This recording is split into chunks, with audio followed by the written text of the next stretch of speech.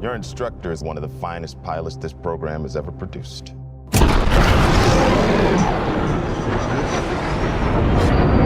Your instructor is one of the finest pilots this program has ever produced.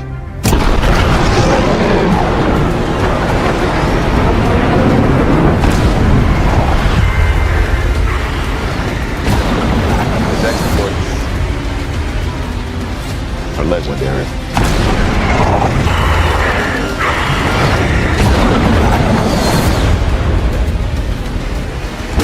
What he has to teach is very well the difference between life and death.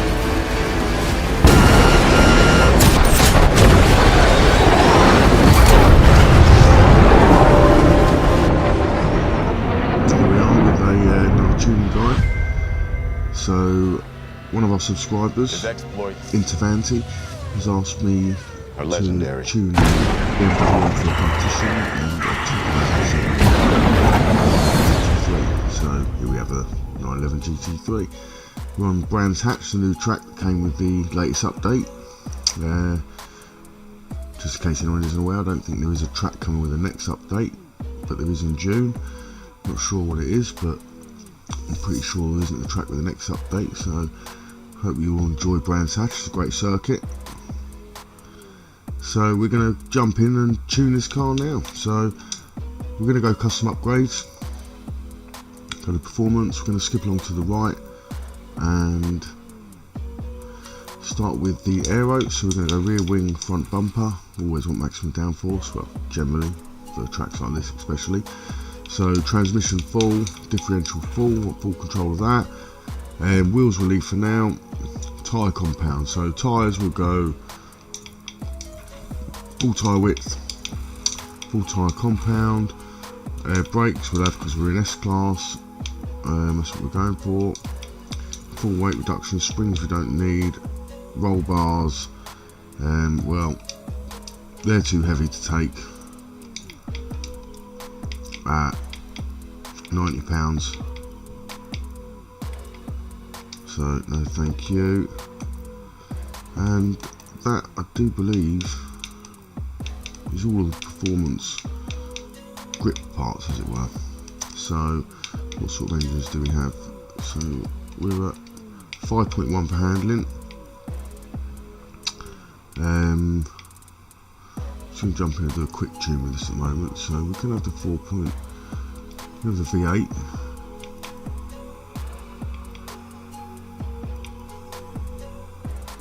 So that's at a power to weight of 219. If we go to this engine, we get to, because that was 801, I do believe, was it 801? So engine swap, so that takes us to 801. It's got 562, 398, 2569, and comes in a power to weight ratio of 219. So if we leave that for now, we go over here, let's add the bits to take away weight. So we'll go exhaust, air filter, intake manifold. We're going to go valves, displacement, we've still got room for more. Tell you what, we're going to get rid of displacement. We'll keep it standard engine size. I'm going to go fuel system, 798.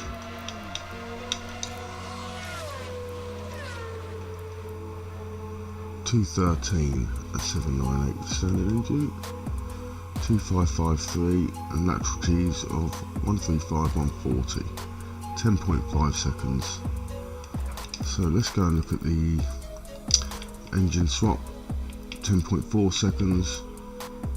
5.7, slightly quicker 5.7, slightly quicker 0 to 60. Braking's better on the standard engine.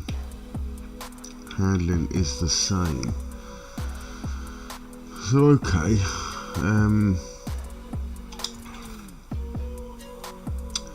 so if we add the V8,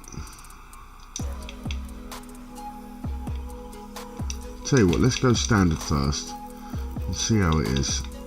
So what do we have? Fuel, ignition, exhaust, air filter, manifold, valves.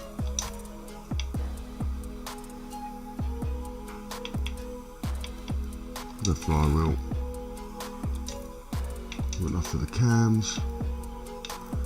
Then we go drive line, and then we'll finish off with some wheels.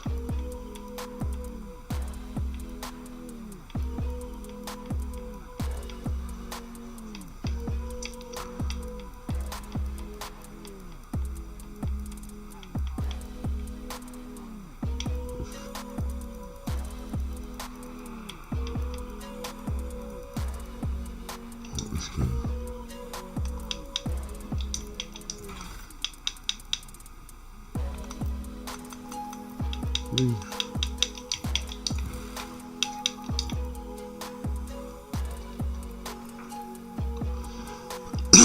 All that puts the power's weight to 224 there.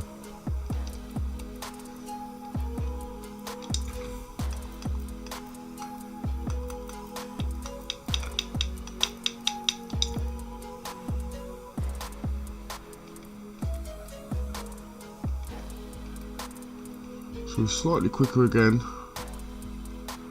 We've got a smidge less handling. We've actually got better braking. It was at 252, it's now at 248 I think. So we can try that. See if we can squeeze any extra weight off of it. And the edge of flywheel, nope.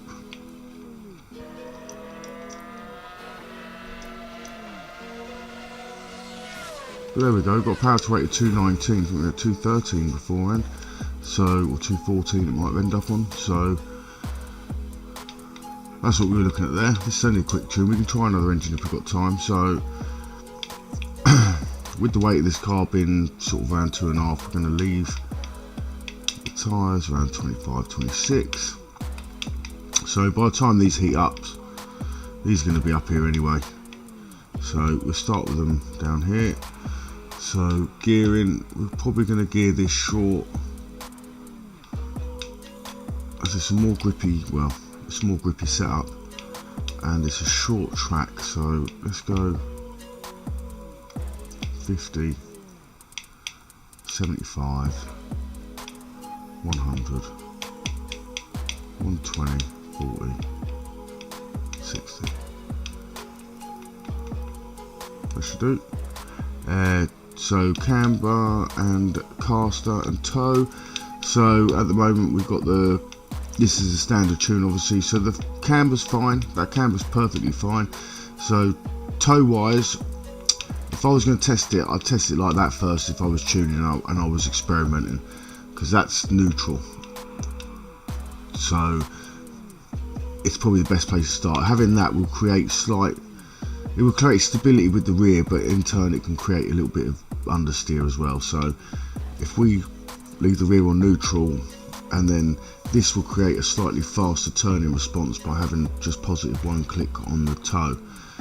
The further you go out with these, the more scrub you'll put on your tyres, so generally don't go too far. It's just 1 or 2 clicks either way, but that should help us just get a slightly quicker turn in and transition between left and right turns. So we're going to run the caster all the way up. This will just help increase the front camber when we're into the bend, so that 2.0 will probably become more like 2.7, 2.8, something like that when we're into a bend, maybe more. So yeah, we run it high. Some people go, oh, you shouldn't run it full high, but it doesn't really make a difference between 6 and 7. It's all beneficial. It's the pivoting angle between the steering column and the axle. So the more you pitch the angle, the more of a camber effect is put on the axle when you turn the wheel, because of the angle of the way the two meet, if it's more horizontal or more vertical.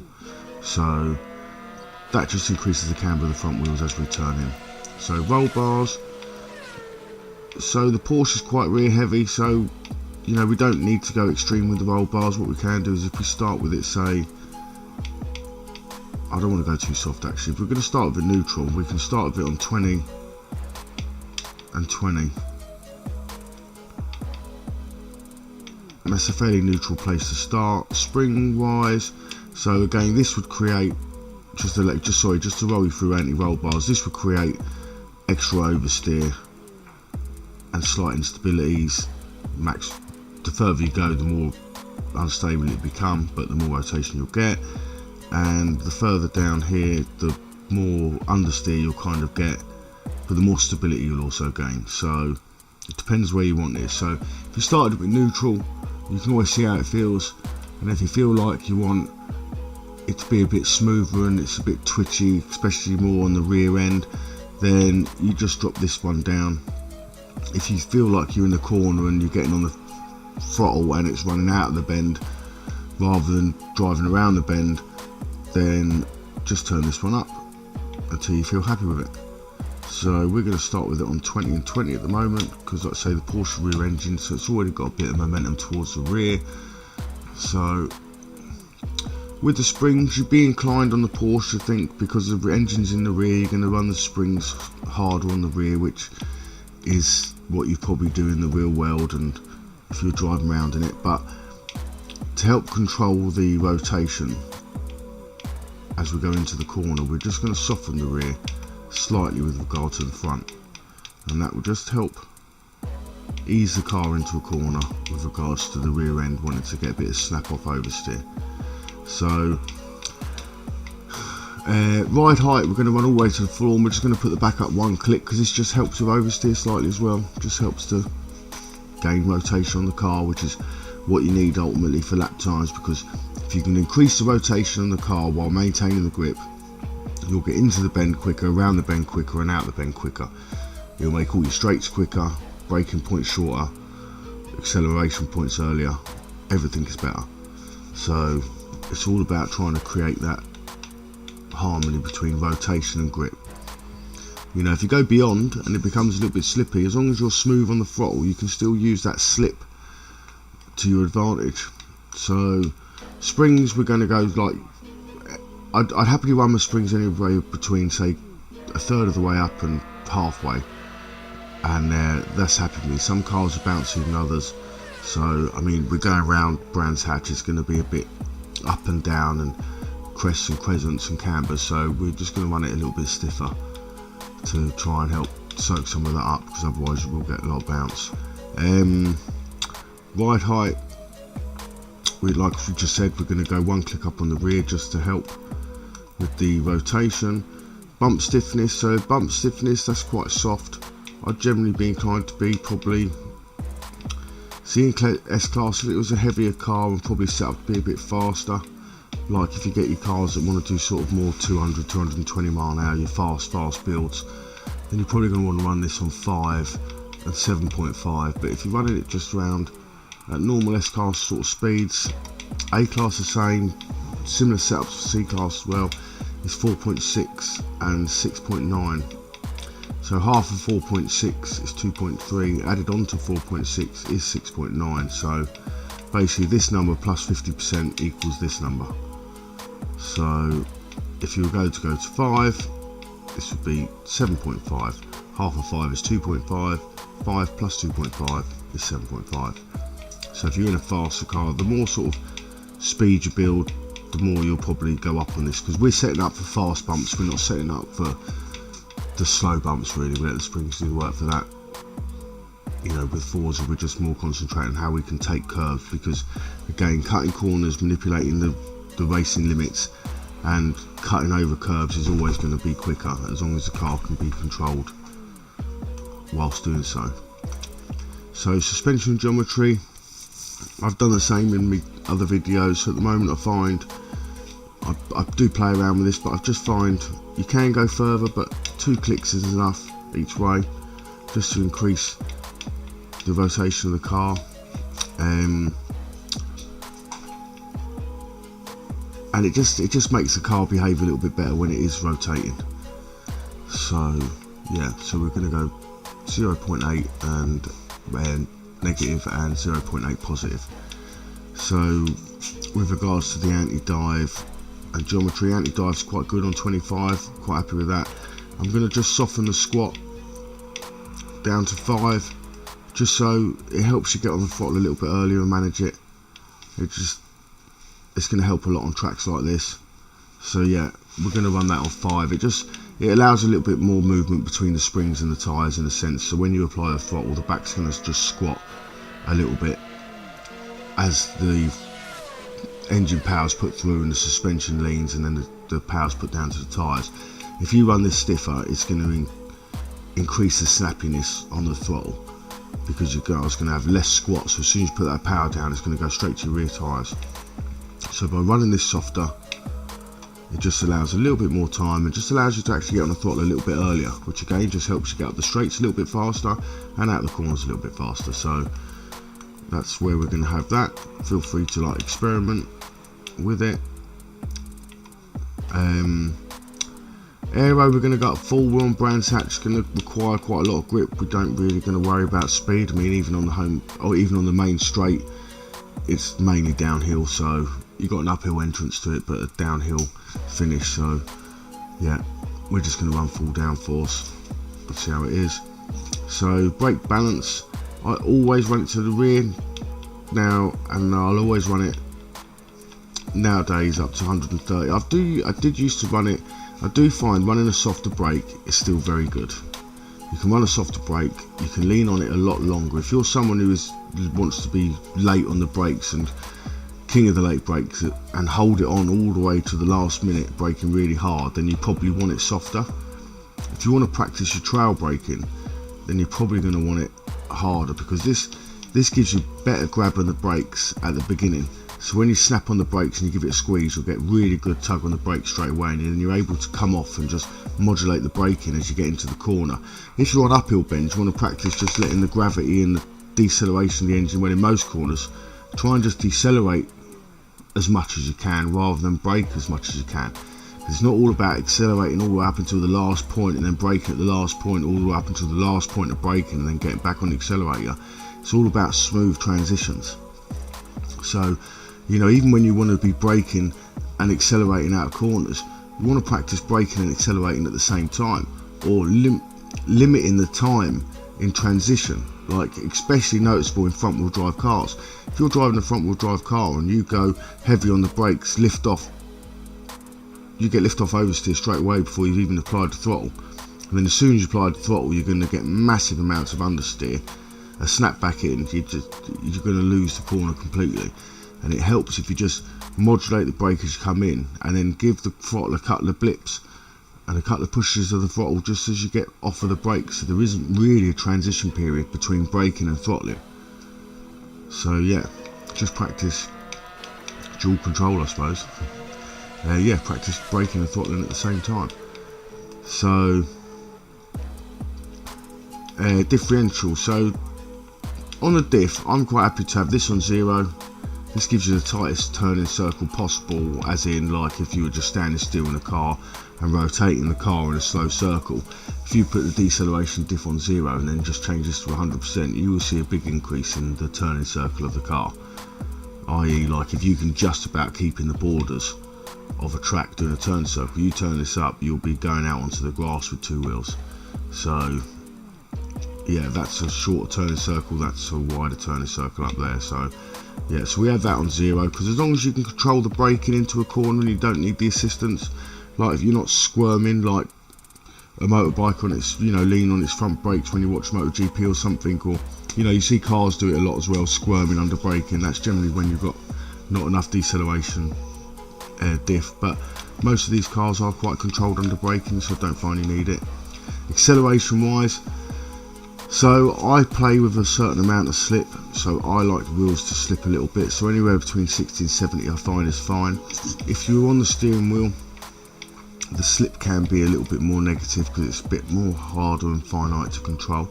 So I'd probably suggest, you know, if you find it difficult on the steering wheel, try starting with something like this and seeing how you get on. And if it's still slipping, bring these two closer together like this, clicks at a time, and you'll get to a point where the car will be easier to drive. You might have lost some of the turning circle, but the car will be easier to drive. But if you find you do that and the car loses some of its turning circle, then just nip over to the aero, drop this aero down to somewhere like, I'd always keep it above what the front number is. So let's say that's on 224, let's go on 250, and that will just help increase a little bit of rotation. You've just got to be careful that in really hard fast bends, you know, how it copes with the grip, but it's, you know, it's your tune this is, so feel free to apply and deduct obviously aero as and when you please. But if you also wanted to increase the rotation again, we can just increase the stiffness on the rear with regards to the front, and that'll also help put the rotation back if you find that up in the diffs takes away your rotation. So the way the diff works is that by locking the diff off on a rear wheel drive car, it works more this way. So that locks the diff, this is unlocked. On a front wheel drive, it works the opposite way round. That's unlocked. Or sorry, no, well, it doesn't work. It has the opposite effect. So you'll get more wheel spin this way on a rear wheel drive car. You'll get less wheel spin this way on a front wheel drive car. You'll get less wheel spin low on a rear wheel drive car, and you'll get more wheel spin low on a front wheel drive car. So yeah, make of that what you will.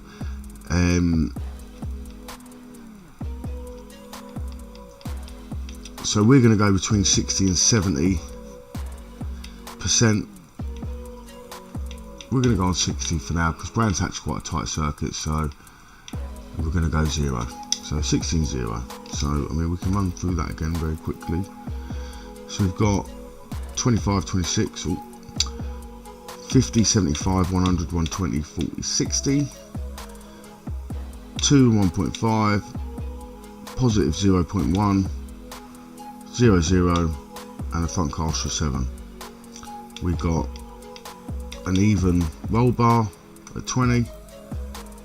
We got 7 and 675 for the springs, 4.1 and 4.7 for the ride height, bumps at 4.6, rebounds at 6.9, and then we've got the roll center offset at minus 0.8, rear on plus 6.8, 0.8, and then we've got 25.2 and 5.1 as a percentage of anti-geometry on the anti-dive and anti-squat features. So full aero, brakes on 47 130 and 60 on a diff.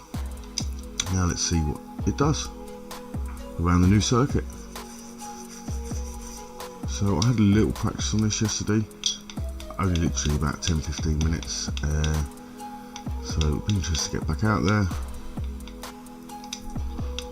We need to do fuel and tyres. We have to make sure we've got a little bit of fuel to get round. Let's go with 4 laps, that's where it stopped, and we've got a time of 28.9, not bad. So let's have a look and start the race. So we'll see how it feels from the start. I'll try and talk you through some of the bends. I can't remember what they were called. Top mid while I'm doing this. So up on a turn 1, you want to get really wide on this and late. You want to let that line pass your wheel, so you're out wide, then cut back in. Don't be too greedy on the throttle. You want to brake late using the uphill to slow you down there. I went a little bit late because I was sort of looking at the screen. Brake early for this one because it's downhill, so the momentum's against you there, and it's a real sort of late hard apex. You've got to, again, be gentle on the throttle. You can't get on it too early because it'll just pull you out to the grass. Late apex on the hairpin. You want to be wide on the opening and close on the exit, because again it closes up on you. I'll show you on the second lap what I mean. So this track's very similar. You find a lot of the entrances to the turns are very similar. You want to be wide in. Look, it can always pull you out like that, but you want to be wider in but a tighter angle at the end of the turn. So use the uphill, brake late. You can see the speed got scrubbed off really easy there. Like I say, we haven't done this too much, so I haven't done it in this car yet. So if we get around, see how we do for an out lap. So again, we're going to go late apex. Normally try and get slightly less slip, run it out to the wall, well, to the grass. See the way it just soaks up them bumps there? Nice and controlled entrance. Using the curb, late up the hill. Modulate the brakes, off the brakes, roll round. Use second gear just to tuck the nose in. Again, early brake, late apex, don't be scared to cut the grass. Don't be too greedy on the throttle because you can quite easily get out into that stuff. This is the same, late in. You'll close right in on that there, on the grass and the curb.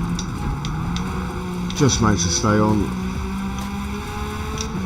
The setup feels pretty good.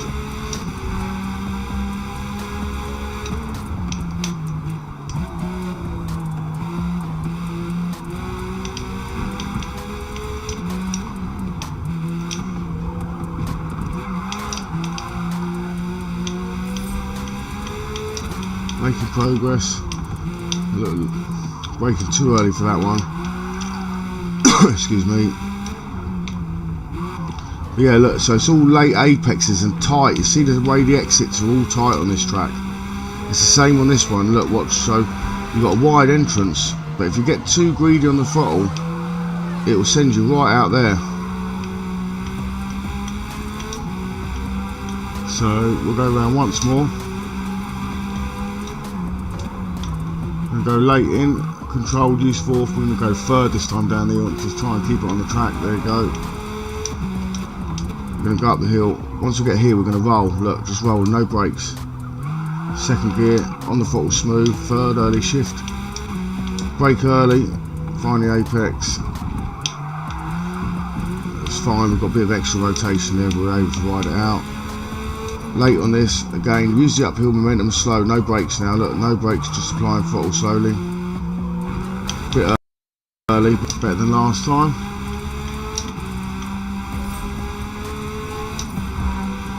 And we're going to go,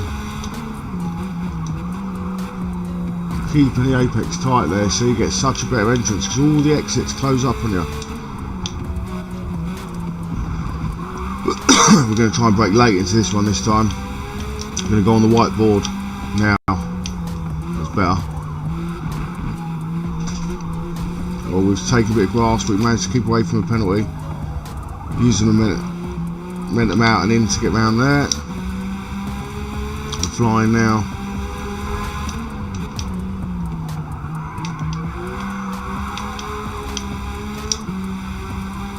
You use all the road, just try not to get swept out. What do we get? We've got a 27.2. 127.2. That's not bad at all. So that there is a pretty good tune on a Porsche. Let's have a bit of a drink.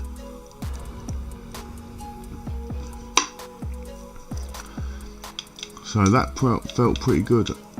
Again, if you find, I mean, that's a fairly demanding track for turn wise, because like I say, the exit's all tight. So if you find you want to create a little bit of extra rotation, then just edge this up a little bit.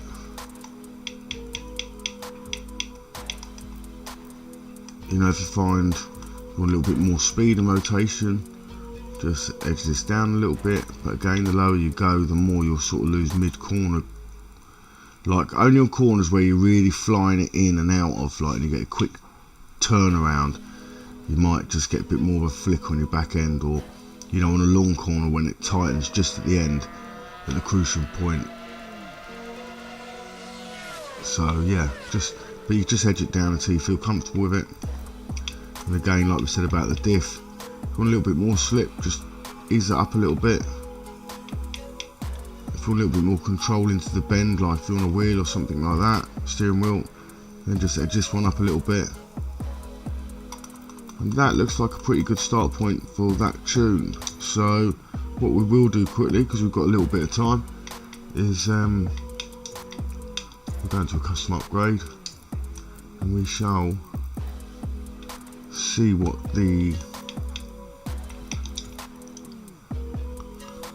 V8 felt like.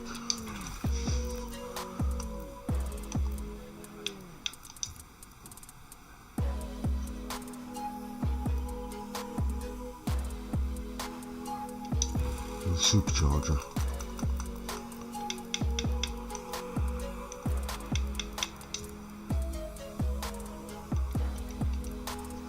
So our lateral G's, I think we're at 145. Were they? Let's have a quick.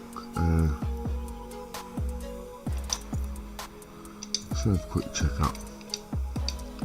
No, 144. So as you can see, there we go. We have a quick look. 2756 105, 136 144, 245 for braking. See if we can remember some of that at least. So you'll be alright because you can rewind it and look. For our engine swap, quick refresh. 2756 105.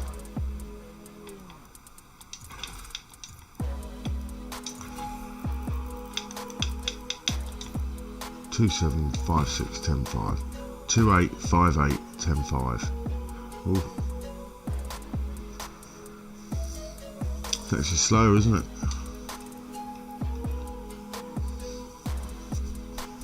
It's got more horsepower. It's got more power to weight.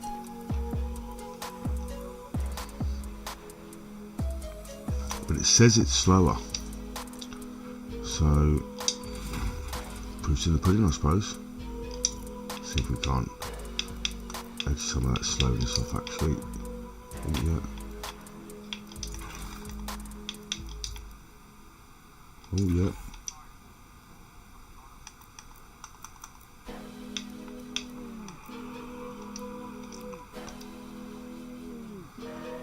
It's 2657 10.5, and it was a 10.4. Braking's the same. Lateral G's are only one down, 144 to 143. So we'll give it a go and we'll see what the difference is. Generally find if you swap an engine there's not really too much difference, but we'll keep the tunes the same.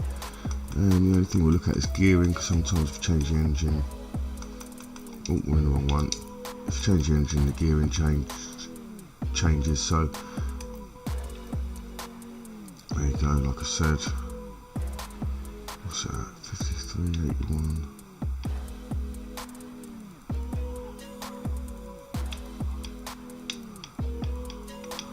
So that might account for the slightly difference in speed as well. If we gear it the same, we'll have a good gauge on whether it was the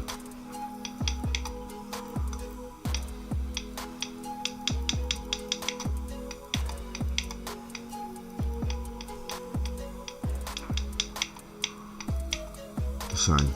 So we're at 2858 10.5, so we still lost a tenth. Well, say a tenth, you know, a couple of hundreds at the very minimum. Braking also, we've lost 2 feet, it says. So it says it's worse. We're going to keep everything the same, yeah? Look, everything. Well, what did we have the springs on? So we had 700, didn't we? Well, it's obviously slightly heavier. It's increased it, but we'll just put it the same. We'll give it a fair shot. There you go. Same. So let's compare the V8 to the flat 6.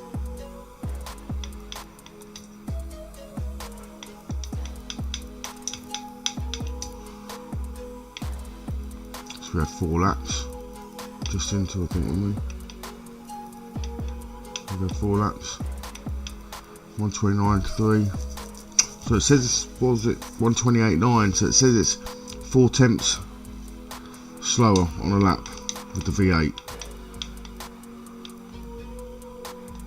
Let's see. Struggling to remember what we got. We'll have to check. I don't think I can, but we'll have to check. So let's go round. Feels nice. Feels a little bit more stable, if anything. Look, soaking up them bumps. Oh, we've gone deep.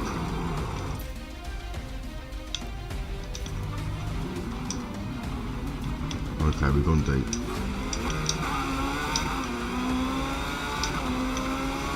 Well, this is a warm-up lap.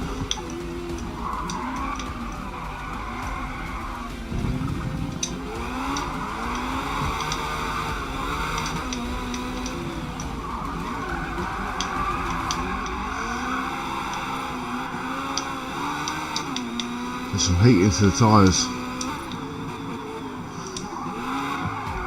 As you can see, look, all the tyres close up at the exits. All the tyres. All the corners close up at the exit.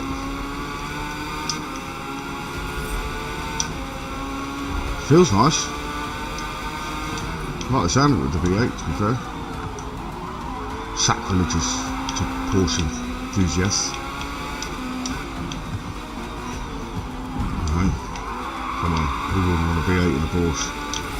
Especially one that sounded like this. To be fair, the Porsche is a high revving engine, it does sound good. I do have one. Which one you might have to guess.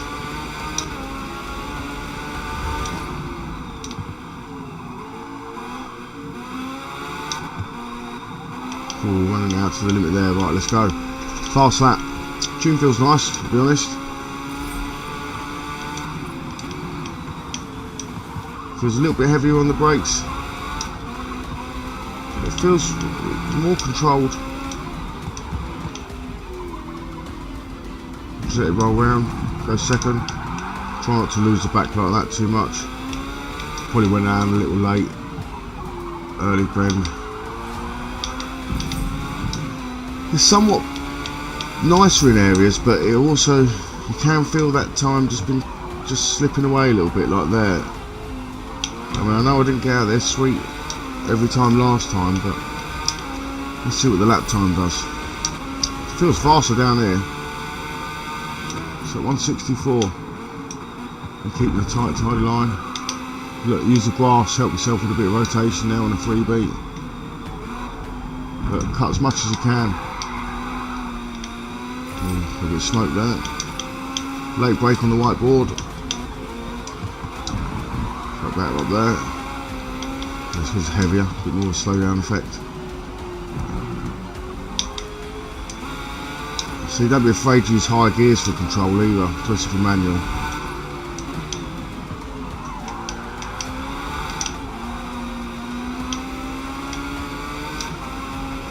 Most of my cars are geared down in a way where you won't really lose much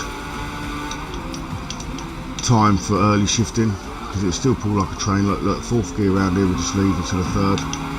No problem.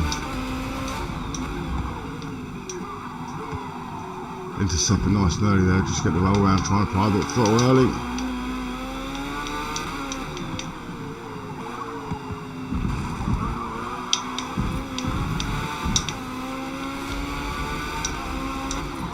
Late apex, not that late. Pushed on out of there nice though. Made up for the late apex, for the late apex. Slightly up.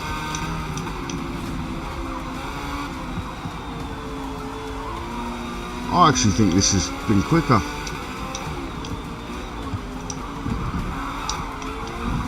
I'm thinking it was 27.9 or 27. But run it out.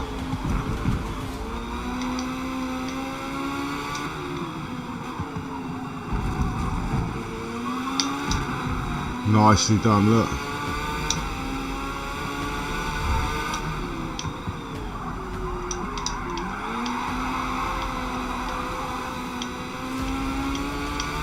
Yeah, the fourth having a little slip there. Pretty consistently at 27s, so that is it with the V8. Pick your poison. You want a high revving V8 or fairly high revving flat 6? Gotta say the V8 sounded nicer. Felt more purposeful. Again, you can adjust it. But yeah, that's the Porsche GT3 round the new track at Brands Hatch. So hope you've enjoyed the video. Like I say, we're going to be doing a BMW M4 competition. You want to see a car tuned? Do you want to see how we set one up? GT, touring car. Don't exactly love touring cars so much, but touring car, GT car, whatever you want to see, we'll put a tune on it. Formula 1 car, we'll put a tune on it. Set me a challenge, and we'll create a video and we learn how to tune all the different cars. So I hope you've enjoyed this one, enjoyed making it, and I'll try and get to you within the next few days with another BMW one. And yeah, let us know in the comments if you want to see anything else. Thanks for watching. Just remember, when the clutch drops, the bullshit stops. Take care, guys. See you soon. Your instructor is one of the finest pilots this program has ever produced.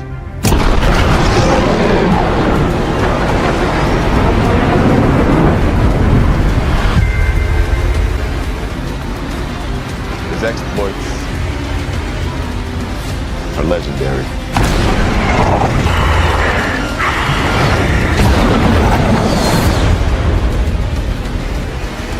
What he has to teach you may very well mean the difference between life